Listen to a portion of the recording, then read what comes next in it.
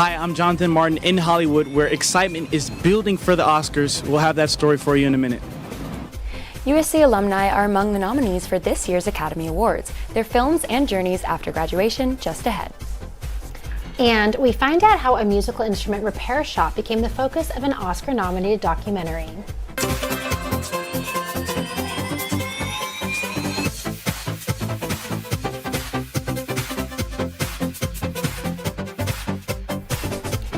We are just 3 days away from the 96 Academy Awards, one of the most exciting days of the year for movie junkies. Hi, I'm Liv Kelleher. And I'm Avery Goodman. Tonight we look at the Oscar nominees, who includes USC alumni.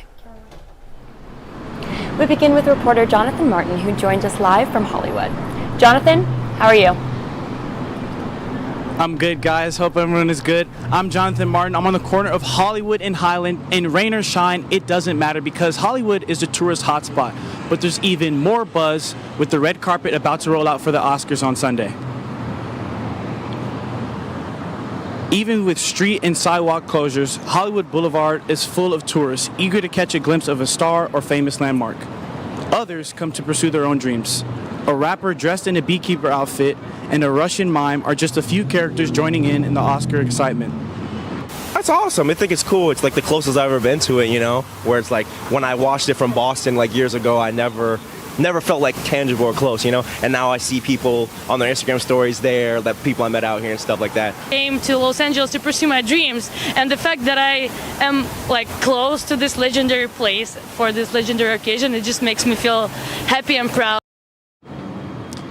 Construction is down westward Hollywood Boulevard, and everyone's ready for the 96th Annual Academy Awards.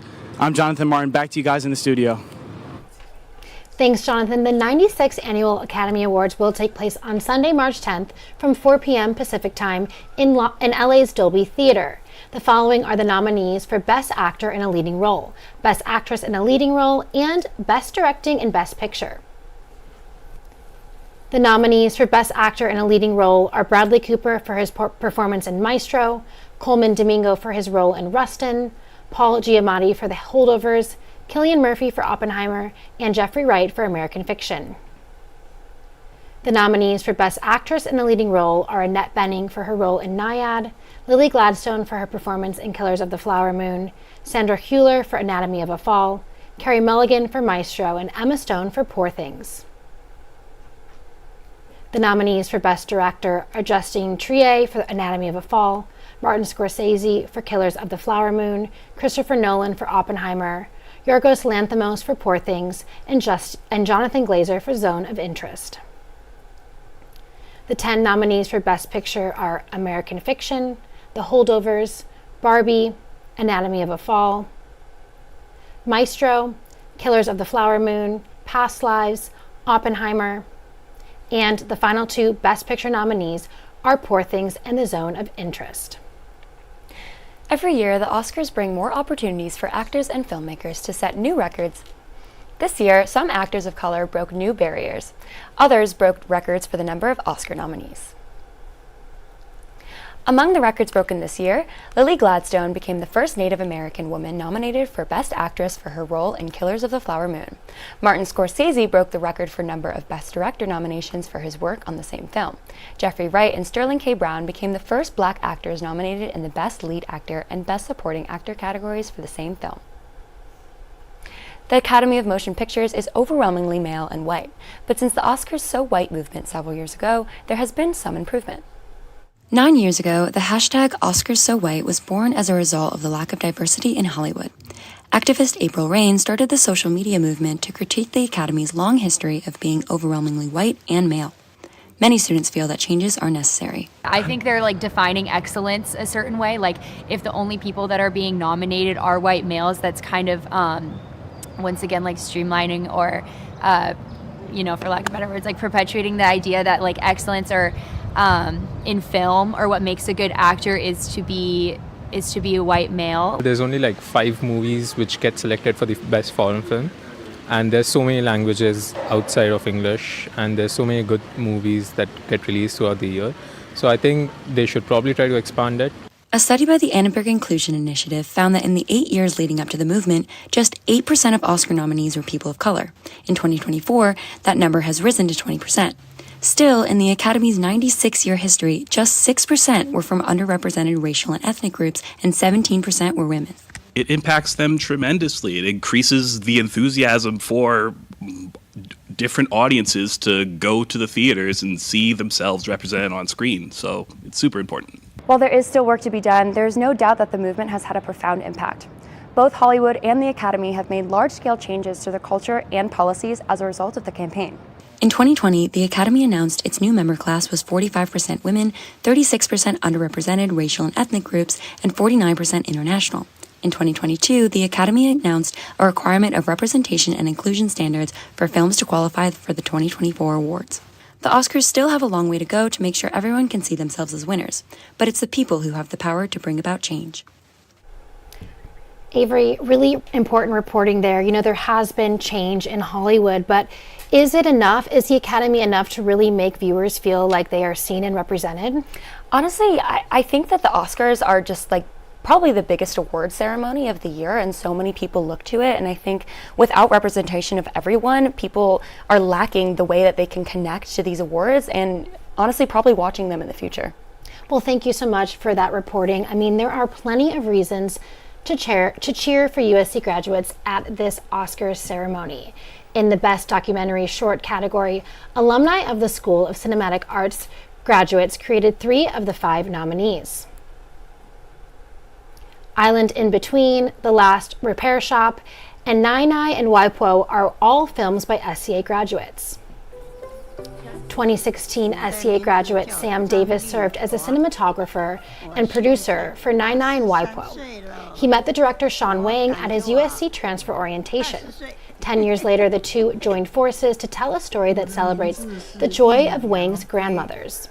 The two women keep pushing forward in their later years and won't let age hold them back. The film industry really is saturated with USC alum, and they really do like to help each other out. Actually, USC was instrumental in this project specifically because I would never have met Sean, had we not been classmates at USC. And he's not the only friend and collaborator that I continue to work with. And so in that sense, no, none of this would have been possible without my experience at SCA.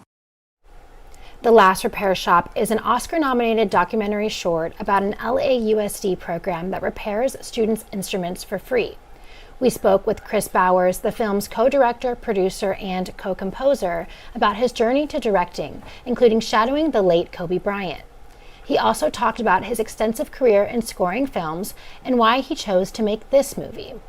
I not only hadn't heard of it, but I was pretty surprised that I never even thought about how the instruments I played in school were kept in good condition. And so for me, I immediately wanted to make this film so that I could connect with this space that had an impact on me as a musician that I didn't even know existed until now.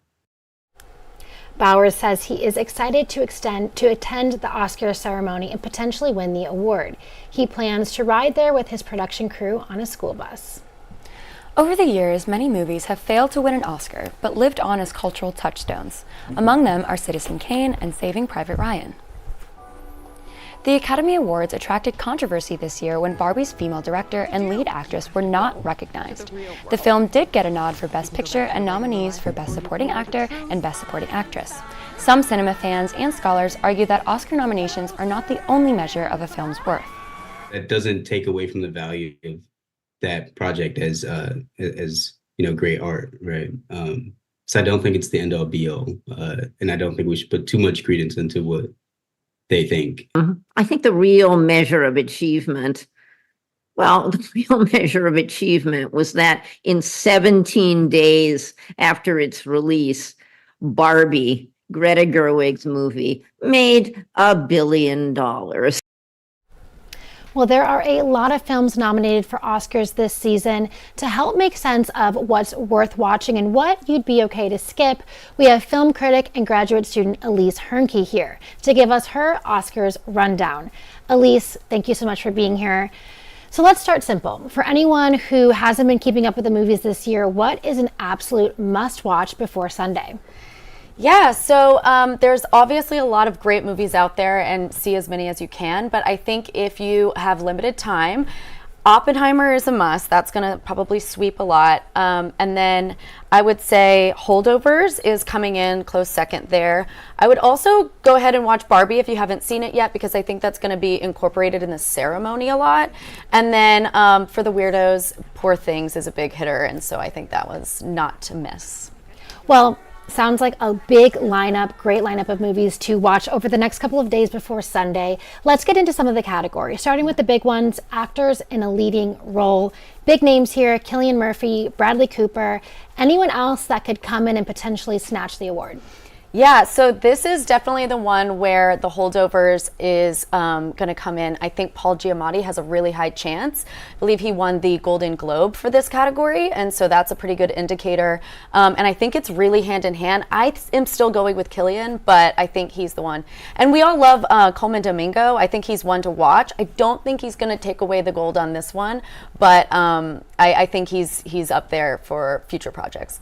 And he is certainly a red carpet darling. So even if he doesn't win the award, he's sure to have an exciting night on Sunday. Can't wait to see what he wears. Let's go down to the women. So actress in a leading role, any favorites for you here?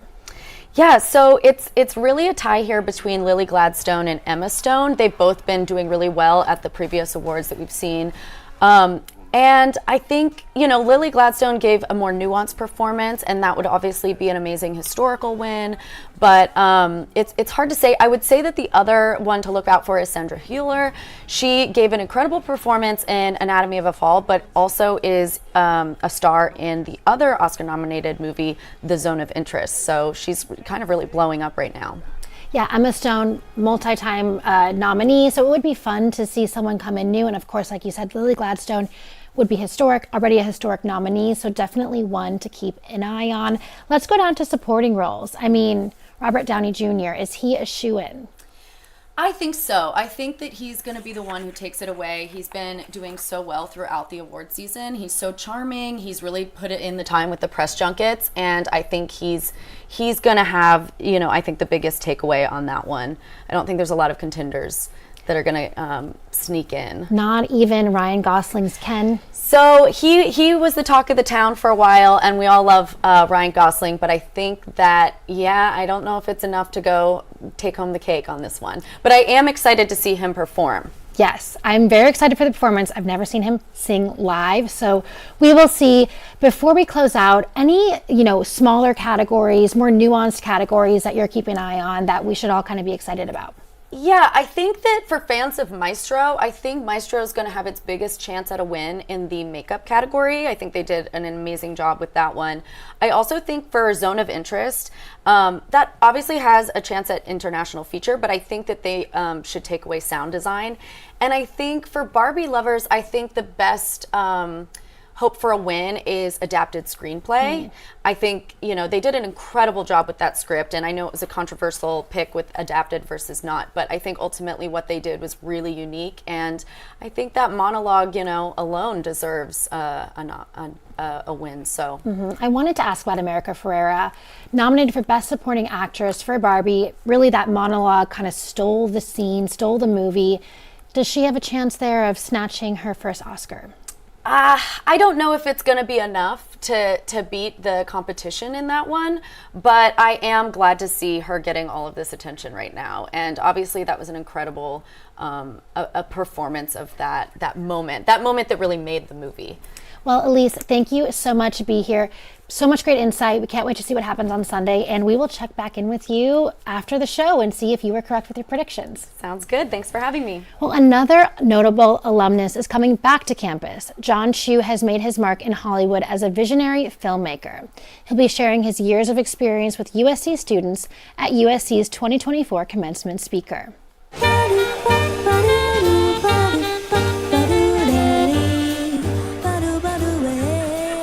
The good bathrooms. Chu's films are not only box office hits, but cultural phenomenons. Crazy Rich Asians was the first major studio film to feature a majority Asian cast. Many of his films have become launching pads for actors of color, including Awkwafina, Gemma Chan, and Anthony Ramos. This is what many call the John Chu effect. His vibrant, high-energy directing style has become his signature. His director credits include Crazy Rich Asians, In the Heights, Now You See Me Too, Step Up 3, and Justin Bieber's Never Say Never movie. Chu graduated from the USC School of Cinematic Arts in 2003. While here, one of his short films captured the attention of legendary director Steven Spielberg. He says his time as a Trojan launched his career. I learned at SC that everything you do, everything you make is a reflection of who you are. And so I think that helped get me a little bit of a head start because those things weren't just exercises. Yes, they were exercises. I was learning, I was making a lot of mistakes, but they still had me in them. And every moment at USC evolved me. And I remember dreaming in my dorm room. The whole community of people that I met there helped me build my career. Chu's next movie is the highly anticipated film adaptation of Wicked. The film was shot by his classmate and fellow SC alum Alice Brooks. You can catch Wicked in theaters in November and Chu in person at commencement. You might be tempted to think USC is a Hollywood film set. It's one of the most popular college campuses for filming in the country. At least 177 films and TV series have been shot here. Malcolm Caminero is live outside of Boulevard to show us some of those movies and shows. Malcolm? Thanks, Avery. I appreciate it. I'm standing outside of the iconic Boulevard Auditorium, very popular place to film on campus. Directors absolutely love this classic Ivy League college look. You could tell from some of that classic red and brown brick border behind me. And it's all about location, location, location. Many films are shot in Los Angeles, and having this campus has its perks. Run, Forrest, run! Oh my goodness, I know you recognize this scene from Forrest Gump. It was actually shot right here at Boulevard Auditorium. TV shows like How to Get Away with Murder were also filmed here at USC, and the popular movie Legally Blonde was shot here on campus as well. USC prides itself on being film friendly, and we have the advantage of alumni who are producers and directors who make the point to come back and film on campus. Just like the very traditional collegiate looking buildings, but USC also has a lot of very varied looks. We have so much at USC that we can offer to the production world. So it's really nice when the students can then come back again. You know, it kind of goes full circle. Other productions shot on campus include Brooklyn Nine-Nine, The Social Network, my personal favorite, Scandal, and The Princess Diaries. Pairing our world-class cinema school with a variety of locations as well as alumni who want to come back and film on campus, well, you got yourself some Hollywood magic. Reporting for Annenberg Media, I'm Malcolm Caminero. Back to y'all in the studio. Thanks so much, Malcolm. Well, now let's check back with reporter Jonathan Martin on Hollywood Boulevard. I secured an interview. I'm here with Unzubechuku Great Ezihi. And my question is, are you going to be watching the Oscars? Live? Or are you from home, wherever? I'll tell you this. I watch the Oscars when it comes up on social media. I'm not going to sit down and watch the whole thing. I'll be honest with you. Do you have any predictions? Predictions for what exactly? Best picture, best actor, anything like that. Did you watch any of the movies? What movies are we talking about? Barbie, Oppenheimer. Nah, but I heard about them. I haven't watched a lot of movies lately. I just watched what's on Netflix, to be honest. Okay. Yeah. Any overall thoughts about the Oscars? I think it'll be dope. I mean, it's right there. It's right next to me. So I might see a couple of celebrities go in. I mean, I'm supposed to go, but I doubt I'm going to go there and sit there for 6 hours. Okay. Yeah. Thank you so much. That's it? Shit. For Annenberg Media, I'm Jonathan Martin. Back to you guys in the studio. Jonathan, thank you so much. I mean, he's got a couple days to watch some of the movies. Hopefully he'll catch up. We will see, but we are anxiously awaiting Sunday's show. Thanks so much for watching See It Live. For everyone here at Annenberg Media, I'm Liv Kelleher. And I'm Avery Goodman. For more coverage, watch and subscribe to our YouTube channel at youtube.com/Annenberg Media. Have a good spring break and fight on.